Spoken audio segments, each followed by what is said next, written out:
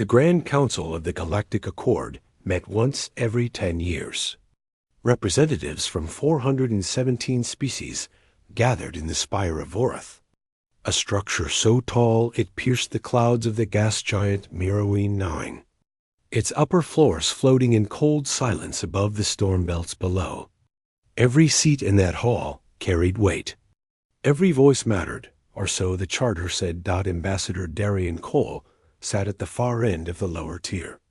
His seat was small. His nameplate was thin. Behind him, a single aide named Priyanath held a datapad and said nothing. Earth had been a member of the Accord for only 11 years, which, by galactic standards, made humanity roughly equivalent to a child who had just learned to walk and was now, embarrassingly, trying to sit at the adult table. The Verkai delegation occupied the center of the hall. They always did. The Verkai were tall, gray-skinned, with elongated skulls and 4 arms that moved with unsettling smoothness. They had been members of the Accord for over 3,000 years. Their ambassador, a creature called Sen-Vorath the Elder, no relation to the Spire, though some suspected otherwise, sat with the quiet authority of someone who had never once been told no. The session had been called to address the Drethkai expansion.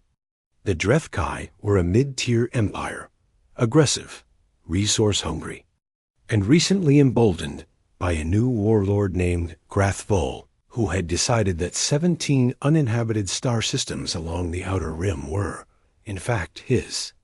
The problem was that 3 of those systems had been surveyed and flagged for future human colonization. Earth had submitted the proper paperwork. Earth had followed every procedure. And now a warlord with 12 battle fleets was sitting on those systems and daring anyone to say something about it. Darian Cole said something. He stood up, which was already unusual. Most ambassadors communicated through intermediaries or submitted formal written statements. Standing up meant you intended to speak directly, which was considered somewhat primitive by Accord standards. Several delegates turned to look at him with expressions ranging from mild curiosity to open amusement. "Ambassador Cole of Earth," the session moderator announced, in a tone that suggested even saying the words was a small inconvenience. Darian straightened his jacket. He was 44 years old, had spent 6 years on Mars before the Colonial Authority reassigned him to diplomatic work, and had once, during a border dispute on Earth's own moon, negotiated a ceasefire between 2 private military corporations, using nothing but a thermos of coffee and an extremely patient demeanor. He was not, by any measure, an impressive figure in that hall. He was average height, had brown hair going gray at the temples, and wore a standard Earth diplomatic uniform that, next to the robes and biosuits and crystalline armor of the other delegates, looked like something a person might wear to a modest office job. He spoke anyway. The Drethkai occupation of the outer Siren systems is a violation of Accord Charter. Subsection 12, Articles 4 through 9, he said, his voice calm and clear through the translation matrix. Earth filed territorial survey claims on 3 of those systems 8 years ago. Those claims were approved by this council. We are requesting immediate enforcement. Silence followed. Then, from somewhere in the upper tiers, a sound began. It was low at first, a kind of harmonic rumbling that built gradually into something unmistakable. Laughter. Not human laughter. The Vokai did not laugh the way humans did, but the galactic equivalent. A ripple of dismissive sound that moved through the hall like a wave, species by species, tier by tier, until even the moderator had to pause and wait for it to settle. Sen-Vorath the Elder leaned slightly forward. "The Earth delegate," he said, his translator rendering his words in that particular smooth tone that carried condescension the way a blade carries an edge, "is requesting enforcement action against the Drethkai expansion fleet." He paused. "On behalf of 3 uninhabited star systems." Another pause. That no human has ever set foot in. More laughter. Darian did not sit down. The systems are uninhabited because we haven't colonized them yet, he said. That doesn't make them less ours. The Charter doesn't distinguish between occupied and unoccupied claimed territory. A claim is a claim. Earth, said the Catholic ambassador from the third tier. A being that resembled a large luminescent jellyfish suspended in a mobility tank, has been a member of this accord for 11 years. The Drethkai have been a recognized power in this galaxy for over 8 centuries. You are asking this council to antagonize a major empire over survey flags on empty space. The translator rendered the next part with particular clarity. That is not diplomacy. That is foolishness. That is the law, Darian said. The laughter had faded now. What replaced it was something quieter, and its own way, more dismissive. Indifference. The hall moved on. The moderator called the next item. The Drethkai representative, a thick-set creature with a mouth full of overlapping teeth, caught Darian's eye across the chamber and did something with its face that its species used to communicate the concept of irrelevance. Priya. Nath leaned forward from her seat behind him and said, quietly, that went about as well as we expected. It went exactly as expected, Darian said. He sat back down. He picked up his datapad. He began to write. What happened next took 3 weeks to become visible, and another month after that before anyone outside of Earth's diplomatic corps understood what they were looking at. Darian Cole submitted 17 formal legal challenges to the Accord's arbitration body, each one targeting a different procedural failure in how the Council had handled Earth's territorial claim. He filed them individually, on different days, each requiring a separate response. He also submitted a formal protest to the Drethkai Empire directly, through every official channel available, which the Drethkai ignored completely, but ignoring a formal protest on record was itself a procedural violation. And Darian filed that too. He requested a full audit of the Council's enforcement record going back 300 years, focusing specifically on cases where member claims had been overridden or ignored due to the political weight of the violating party. The audit took time, but it was public, and it began generating uncomfortable numbers. In 3 centuries, the Accord had failed to enforce charter provisions against major empires 41 times. In 40 of those cases, the affected party was a smaller or younger member state. In 37, the smaller state had eventually either abandoned the claim or been absorbed by the larger power. Earth was not going to be case 30-8. Back on Earth, things moved differently than the Council expected. Humanity had a strange relationship with bureaucracy. They had invented some of the most elaborate systems of rules and governance in their own history, and then spent equal amounts of time finding ways around them, through them, and occasionally straight over them. Darian had grown up reading about labor movements, about colonial independence, about the kind of people who sat in rooms where they were not supposed to matter and kept talking anyway. He understood something that the Vorkai, in their 3,000 years of civilized galactic politics, had perhaps forgotten. Rules only work as shields if you are willing to also use them as weapons. He drafted a proposal.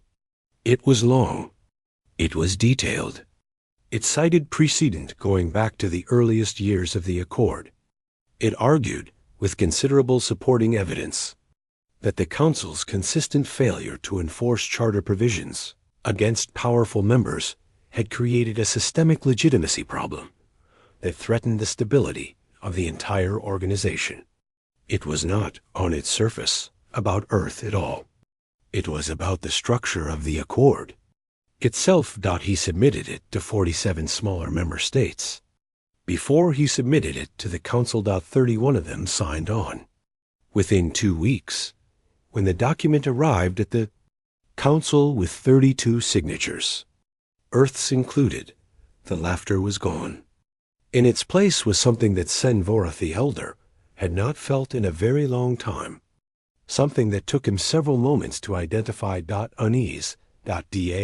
Ryan Cole was back at his small desk, in his unremarkable uniform, with his single aide and her datapad.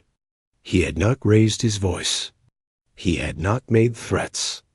He had not done anything that was not fully within the rules of the organization that had laughed at him. 3 weeks ago, he had simply started building something, quietly and methodically, the way humans tended to do when someone told them their problem didn't matter.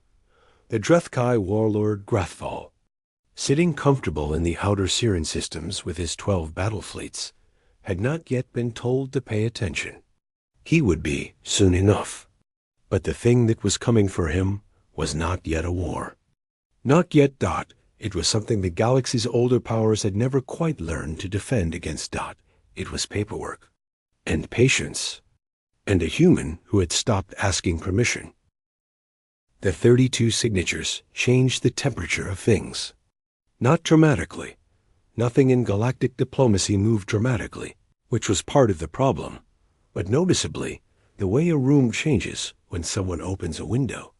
The smaller member states who had signed Darian's proposal were not powerful. Individually, none of them could threaten the Drethkai or inconvenience the Verkai. But together, they represented something the Accord had been quietly ignoring for centuries. A majority of its membership. The Accord had 417 member species. The Verkai, the Drethkai, the Kephali, and 6 other major powers accounted for perhaps 40 of those seats. They held between them the majority of the Accord's military and economic weight. They had, over 3,000 years, come to treat the remaining 377 members the way a landlord treats quiet tenants, acknowledged in principle, irrelevant in practice. Not what Darian had done, with his proposal and his 31 co-signatories, was remind the Council that in a body that operated on formal procedures and recorded votes, numbers still mattered. His proposal didn't ask for enforcement against the Drethkai. It asked for something far more dangerous to the existing order, a review of how enforcement decisions were made, who could call for them, and what thresholds required mandatory action rather than optional deliberation. It was, in the plainest terms, a proposal to take some power away from the major empires and distribute it more evenly across the membership. Sen Voreth the Elder called it destabilizing. The Kephali ambassador called it naive. The Drethkai representative didn't bother to call it anything. Their empire had sent a formal communication to the Accord noting that they considered the proposal an act of political hostility and would respond accordingly. The translator rendered the Drethkai phrasing in diplomatic language, but the meaning was clear. Back down, or face consequences. The consequences were directed, primarily, at the smaller states who had signed. 3 of them received what the Drethkai called economic restructuring notices, which meant their trade agreements with Drethkai-aligned corporations were suddenly under review. 2 others found that their shipping lanes through Drethkai-adjacent space had been reclassified as restricted zones, pending security assessments that had no stated timeline. It was, by any reasonable definition. Intimidation. Darian documented every single instance of it. He submitted each one to the Accord's arbitration body as a separate formal complaint. He cross-referenced them with charter provisions on member protection and economic coercion.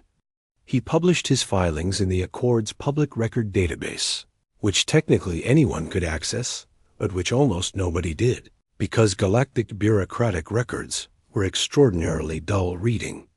Except that Priya Nath had quietly spent 3 weeks building an automated summary tool that translated the filings into plain language and pushed them to every public information network that served smaller member worlds within a month. The Drethkai's intimidation campaign was not a quiet backroom pressure tactic. It was news. It was being discussed on hundreds of worlds. Small species who had never paid much attention to the inner workings of the Accord were reading. in language they could actually understand, about how the organization they belonged to worked in practice, and how it had always worked. For as long as anyone could remember, the Accord senior members were not pleased. Sen Vorath the Elder requested a private meeting with Ambassador Cole. This was by itself significant. In 11 years, no Vorkai ambassador had ever requested a private meeting with an Earth diplomat. The meeting took place in a small chamber off the main hall, a room with walls that shifted color slowly, currently a deep burgundy that Darien associated with rooms designed to make you feel small. He sat down. Sen Vorath settled across from him, forearms arranged in the Vorkai configuration that indicated formal authority. "You are making the Accord uncomfortable," Sen Vorath said. He said it without heat, the way a person states a fact about the weather. "The Drethkai are occupying territory that legally belongs to Earth." Darien replied, "That is a minor matter." "It's a minor matter to you." Sen Vorath studied him. "You are aware that Earth is not equipped to enforce its claim by force. Your military capacity is insufficient. Your economic leverage is negligible. Your political alliances are with species who cannot protect you." He tilted his elongated head slightly. "What exactly do you believe you are accomplishing?" Darien thought about the question genuinely for a moment. "I'm building a record," he said. "Every violation, every act of coercion, every time the Accord fails to act when it's supposed to act, it goes on record, permanently, and I'm making sure people can read it. Records do not move fleets." "Not immediately," Darien agreed. "But they change what's possible later. You've had 3,000 years of operating in a system where the rules applied to everyone except you. I'm not going to fix that this year. I'm probably not going to fix it in my lifetime." He paused. "But the record will exist. The patterns will be documented. And every species that signs on to my proposal is a species that has decided on record that they want the system to be different. That's a foundation. Foundations take time." Sen Vorath was quiet for a moment. "You are playing a very long game for a very short-lived species." "We're good at it," Darien said. "We've had a lot of practice." The meeting ended without resolution, which Darien had expected. What he had not quite expected was what happened 11 days later. A Drethkai patrol fleet, not one of the 12 battle fleets stationed in the outer Siren systems, but a smaller group, 6 vessels on what was officially logged as a routine transit, crossed into a system called Vega Reach 7. Vega Reach 7 was not in the outer Siren cluster. It was deeper in.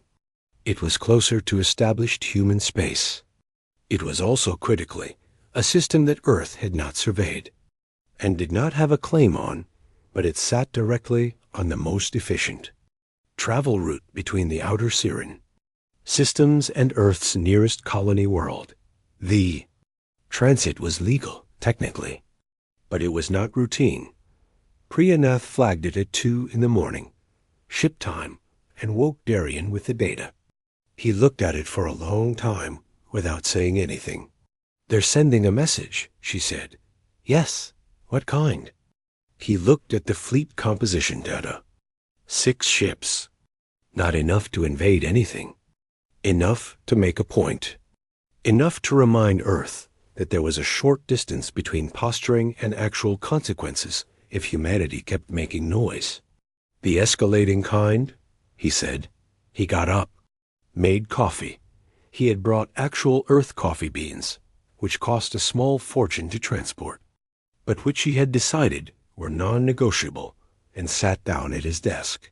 He pulled up a file he had been building for 2 months. It was not a diplomatic filing. It was not a legal challenge. It was a different kind of document entirely. One he had hoped he would not need to use yet.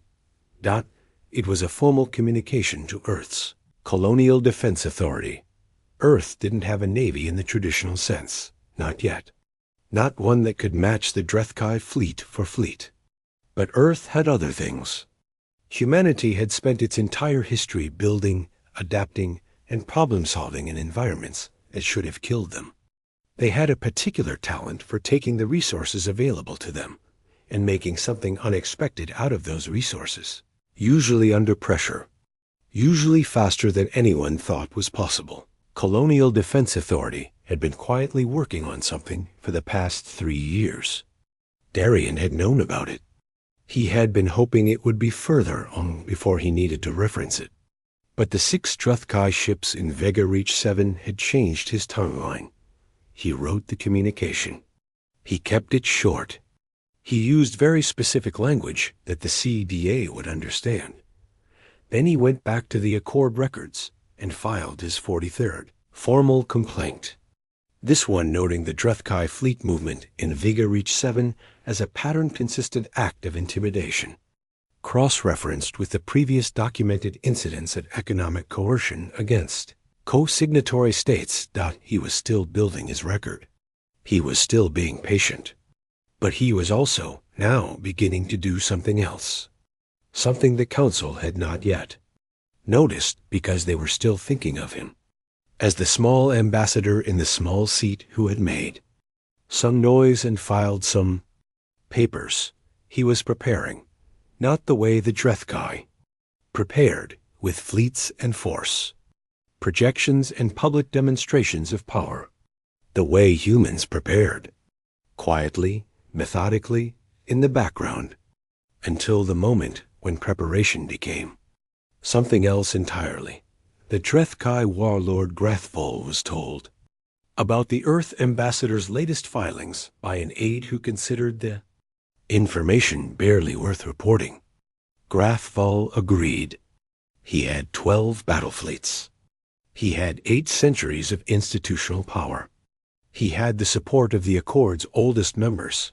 He had no idea what was coming. Neither, to be honest, did most of the galaxy. The thing about Earth's Colonial Defense Authority was that it had never been designed to fight a war.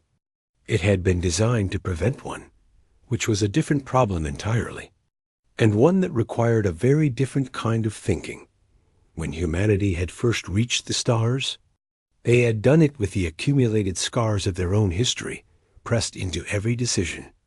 They had seen what happened when a powerful civilization met a less powerful one, and decided that power alone was sufficient justification for what came next. They had been, at various points in their past, both the civilization doing the taking and the one being taken from.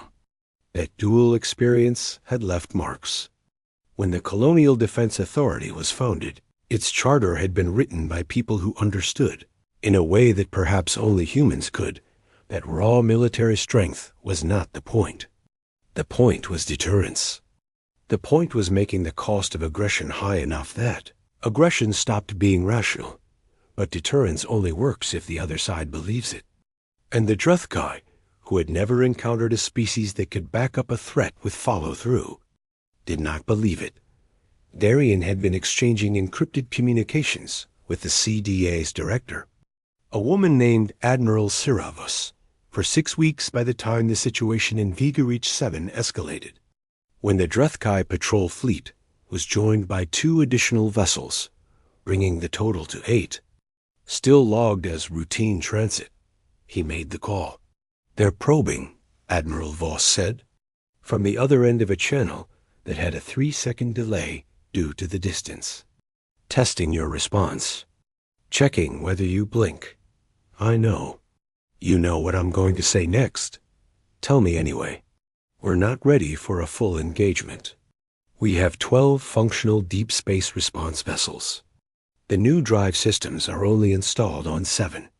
And our logistics chain for sustained operations past the outer markers is still 6 months from being reliable." She paused. "But we don't need to be ready for full engagement. That's not what they're doing out there. They're not invading. They're posturing. And if I posture back, then we find out whether they're willing to escalate past posturing, or whether they were counting on you not having anything to posture with." It was a calculated risk. Darien had spent 11 years learning that almost everything in galactic diplomacy was a calculated risk. and that the species who survived long-term were not always the ones with the most weapons. They were the ones who calculated better. He authorized Admiral Voss to move 4 CDA vessels into a patrol pattern around Earth's nearest colony world, openly, with full transponder signals broadcasting their identification. He filed notice of the patrol with the Accord's Transit Registry, as required by charter, noting it as a defensive response to the documented pattern of Drethkai fleet movements in adjacent space. He cross-referenced the filing with his 43 prior complaints. He made it, in short, completely above board, completely documented, and completely visible. Drethkai noticed within 20 hours. Graf Vol's response was to move one of his battle fleets from the outer Siren systems to his Position 2 star systems out from Vega Reach 7. It was a significant escalation. A battle fleet was not a patrol group. A battle fleet was a statement. The Accord senior council members woke up to that statement and did not like what they read. Not because they cared about Earth. They still did not. Particularly, but because a Drethkai battle fleet, repositioning itself in that direction, was also repositioning itself in the general vicinity of 3 Kephali trade routes and 1 Verkai survey cluster that had been under quiet development for the past 50 years. Senvorth the Elder requested an emergency session. Darien attended. He sat in his same small seat. He wore his same unremarkable uniform. He waited. The session was, for the first hour, about everything except Earth. The major powers discussed Drethkai fleet movements in terms of regional stability, trade security, and the precedent of battle fleet repositioning in response to what were officially logged as patrol activities. The Drethkai representative argued that Earth's patrol was a provocation. The Verkai argued that the battle fleet movement was disproportionate. The Kephali were upset about the trade routes.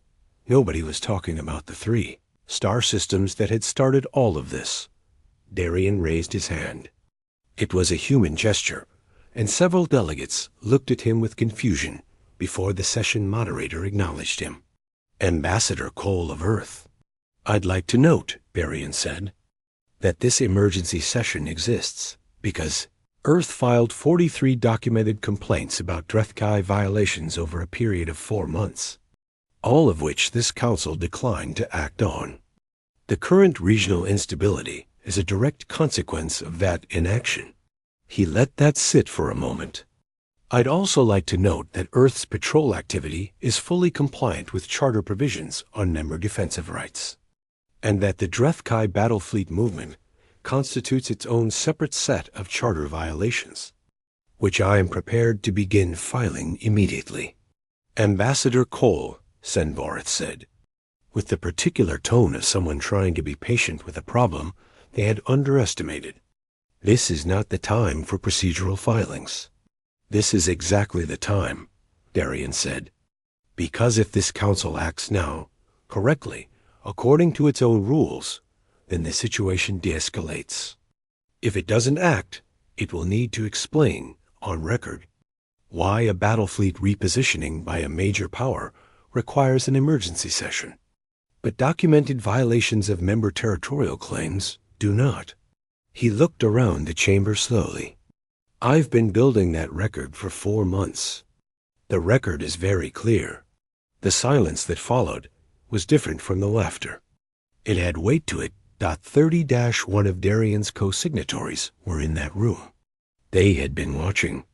Several of them, independently, had been building their own records of Accord in action, inspired by the summary tool that Priyanath had built.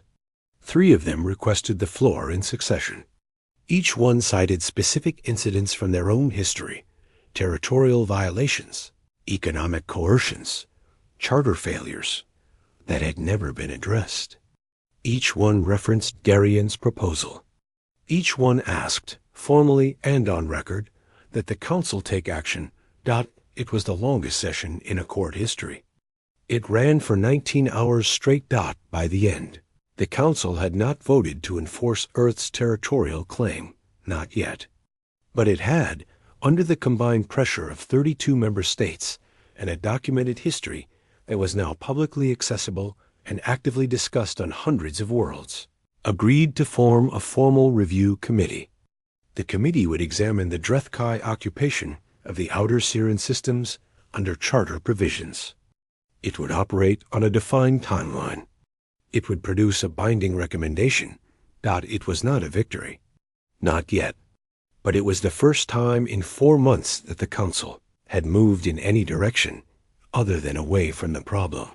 Grathvol, receiving reports from his representative, was not concerned. Review committees in the Accord had a long history of producing recommendations that major powers ignored without consequence. He had seen it before. He had done it before. He kept his battle fleet in place and his 12 fleets in the outer Siren systems and did not change his posture. But Admiral Voss, back in Earth's Colonial Defense Authority Command Center, was looking at something that Grathvol was not. She was looking at the data Darien had spent 4 months collecting, cross-referenced with the CDA's own analysis of Drethkai fleet positioning. And she was seeing a pattern that she had flagged in her report to him 2 weeks ago. The Drethkai were extended. 12 battle fleets was an enormous force, but it was spread across 7 different systems, none of them particularly close to each other. All of them dependent on supply lines that ran through a relatively small number of transit points. Grathvol had been so confident that no one would challenge him that he had not bothered to arrange his forces defensively. He had arranged them to impress, to demonstrate, to be looked at.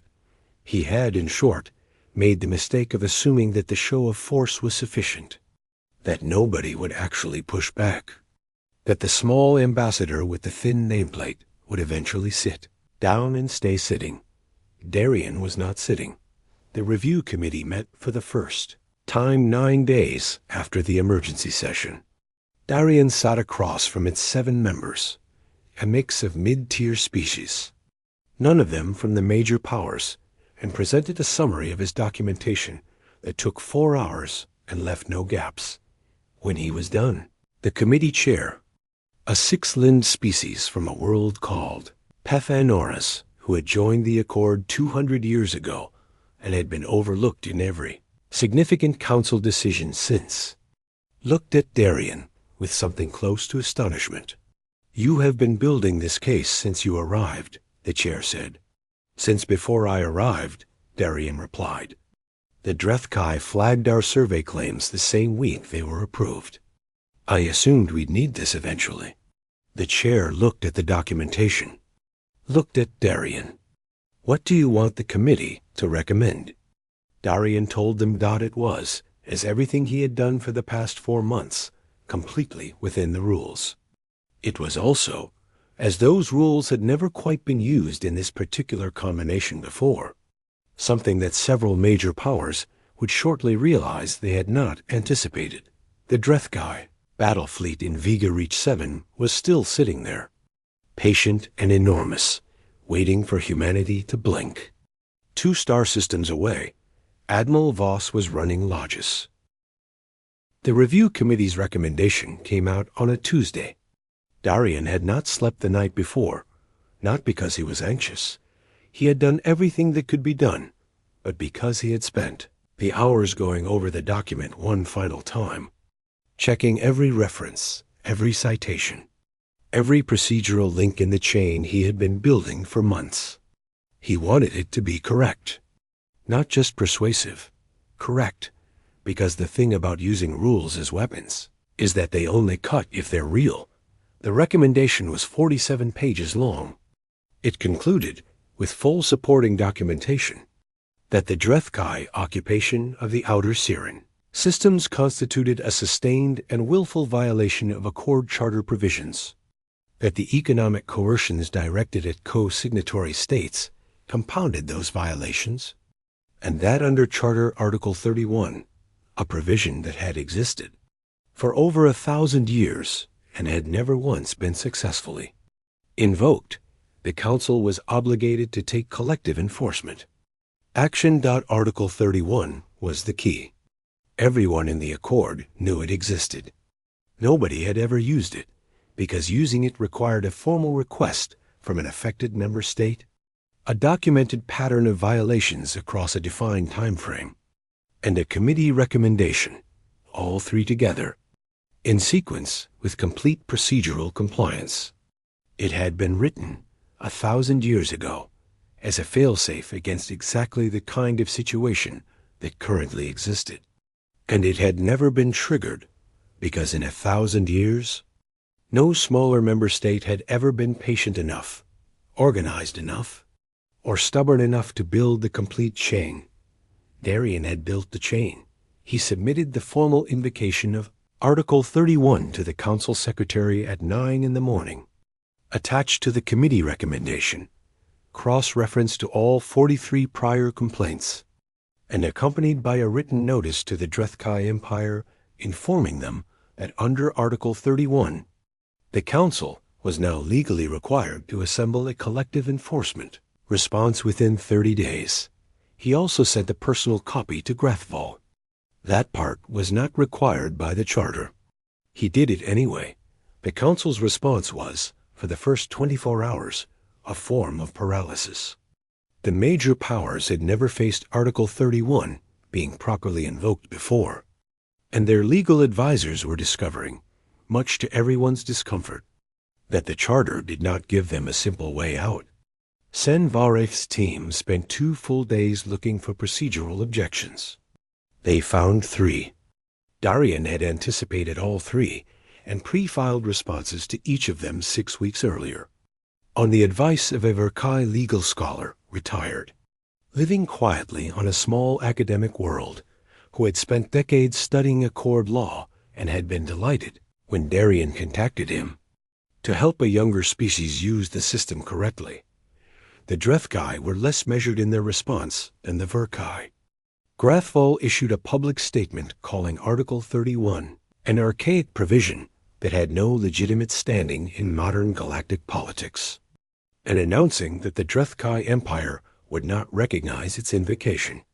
He also moved a second battle fleet toward Vega Reach 7, bringing the total presence near human space to 2 battle fleets and the 8 patrol vessels, a force large enough to be a credible threat to anything Earth could currently deploy.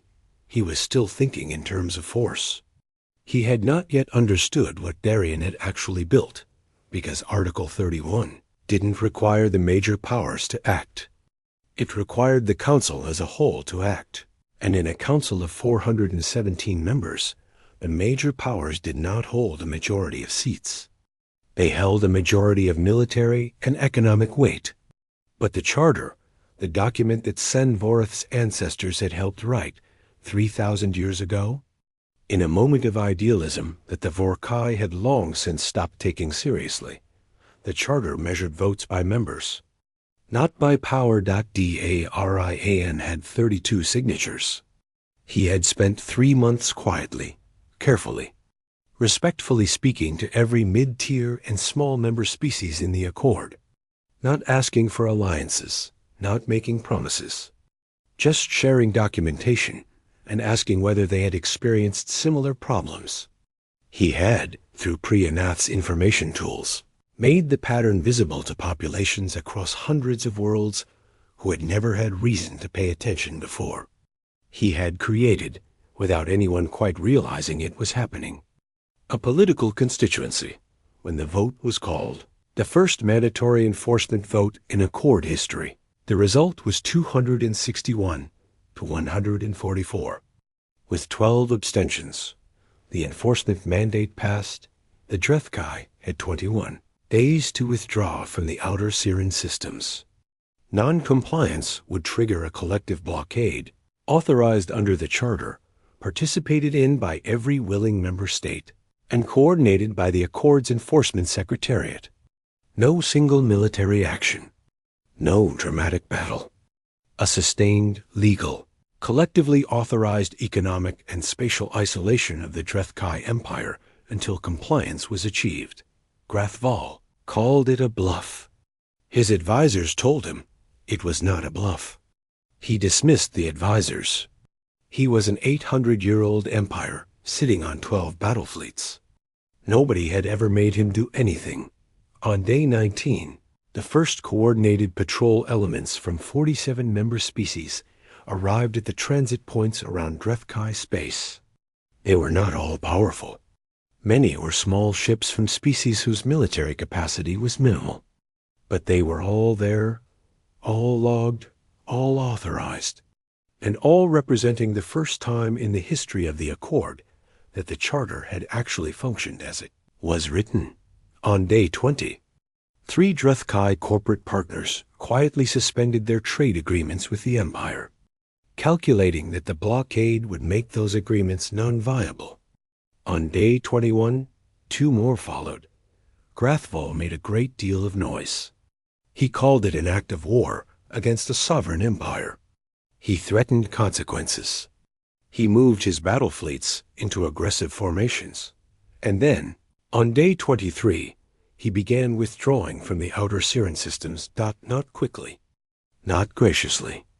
The withdrawal was slow and loud and accompanied by a stream of official Drethkai communications denouncing the Accord, denouncing the enforcement mandate, and denouncing specifically the Earth ambassador whose procedural manipulation had caused the entire situation. Grathvoll made sure the galaxy understood that he was leaving because he chose to, not because he was forced to. Nobody was confused about what had actually happened. The day the last Drethkai vessel cleared the outer Siren systems. Darian Cole sat in his small seat in the Grand Council and received something he had not experienced in 11 years of galactic diplomacy, silence that was not dismissive. The hall was full. Every delegate was present. And for a long moment, nobody said anything, because the thing that had just happened had not happened before, and the galaxy was taking a moment to understand what it meant. Senvarath the Elder looked at him from across the chamber. The Verkai ambassador's expression was difficult to read. It always was, but there was something in it that Darian had not seen before. Something that was not condescension, and not amusement, and not the careful indifference of a species that had spent millennia deciding who mattered. It might have been respect. It was hard to tell with Verkai. Darian filed it under probable and moved on. Priyanath leaned forward. "Congratulations." "Thank you," he said. "File the survey confirmation on the outer Siren systems." "All 3. "Already done," she said. "Also, you have 47 messages from other member states requesting consultations." He looked at her. "About what?" She smiled slightly. "About how we did it." He thought about that. 47 species who had been sitting in this same hall for decades or centuries or millennia, accepting the shape of things because the shape of things had always been that way. 47 species who had watched a human ambassador from a young, unremarkable civilization spend 4 months doing paperwork and end up changing what was possible. He thought about the record. The 43 complaints, the legal challenges, the audit, the proposal, and the 31 co-signatories who had decided that the risk of adding their names was worth it. He thought about the retired Verkai legal scholar who had answered his message at strange hours and walked him through 1,000-year-old provisions that nobody used. He thought about Admiral Voss and her 12 ships and her logistics calculations and her willingness to move 4 patrol vessels into visible range at exactly the right moment. He thought about the thing that Sen Voreth had said in that small burgundy-walled room, that Earth was playing a very long game for a very short-lived species.